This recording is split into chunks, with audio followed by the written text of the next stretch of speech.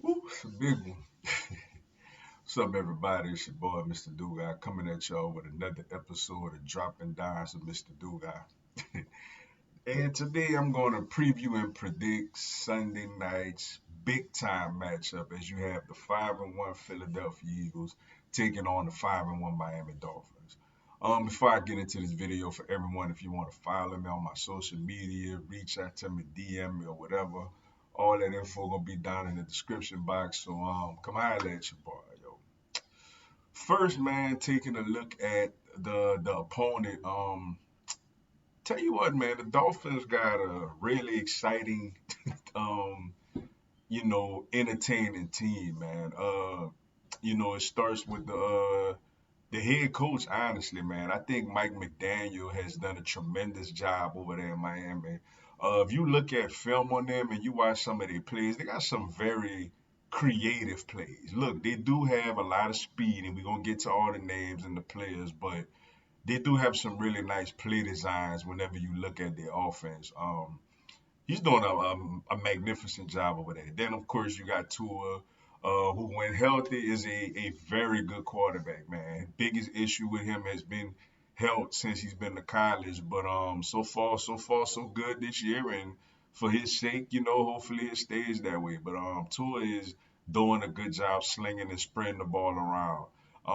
They are missing their running back, rookie sensation, Devin Achane, who was averaging like 12 yards a carry, which is unheard of in the NFL. But they still got Raheem Mostert back there, and he's a guy that clearly has had a lot of success in this league and is having a lot of success with them. Great speed as well. Um, and of course, we all know about the wide receivers. Tyreek Hill, to me, is the most dangerous weapon in the NFL. Like, out of everybody with the ball in their hands or could potentially make a play, he's the most dangerous out of everybody. For obvious reasons. Jalen Waddle is another guy who is extremely dangerous as a weapon. You know, um, and they got the little slot guy in Braxton Berrios from the Jets. They got Chase Claypool. I don't know if we're gonna see much of him this week or not. They got a lot of fast skill position players. They constantly put up points and constantly put pressure on opposing defenses.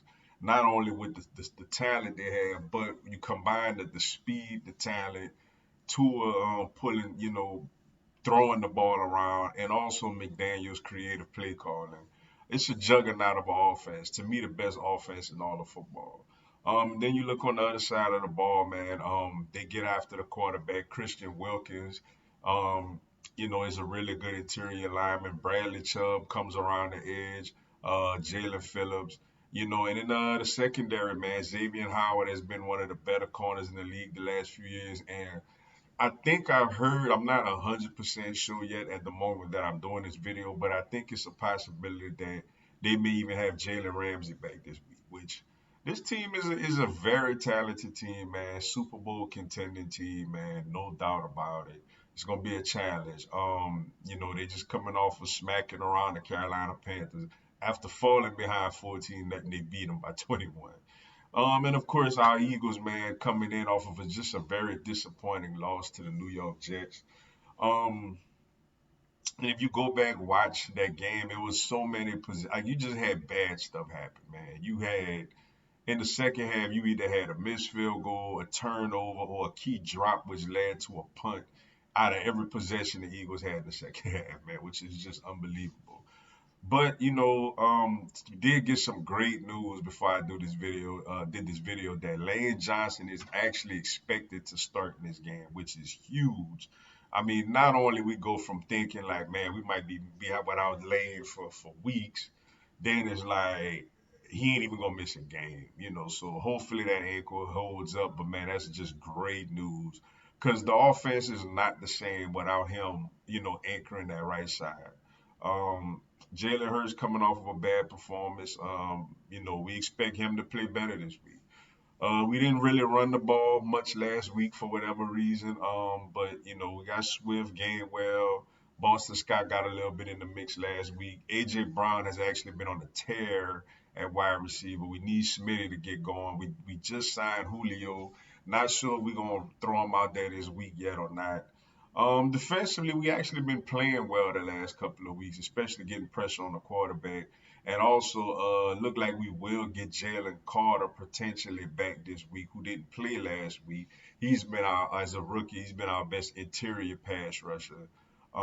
Then in the secondary, let's see, word on Darius Slay. Hopefully we get him back. I mean, obviously, out of all weeks, this is the week that you need Darius Slay out there. You need as much secondary help as possible going up against this offense. Um, Key for the Eagles offensively against the Miami Dolphins defense to me is we got to run the ball.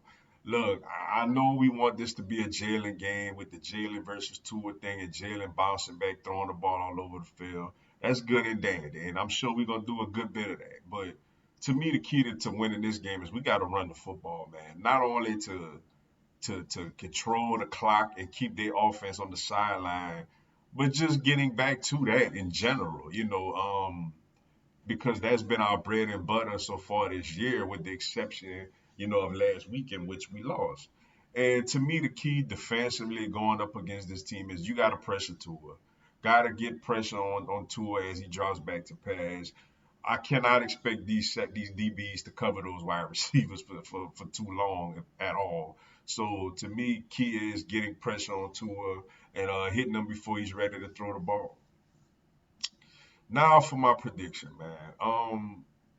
As nervous as I was and just a weird feeling about the game last week, I'm surprisingly confident. I think the Dolphins are got as good of a chance to make the Super Bowl as anybody this year if Tua stay healthy.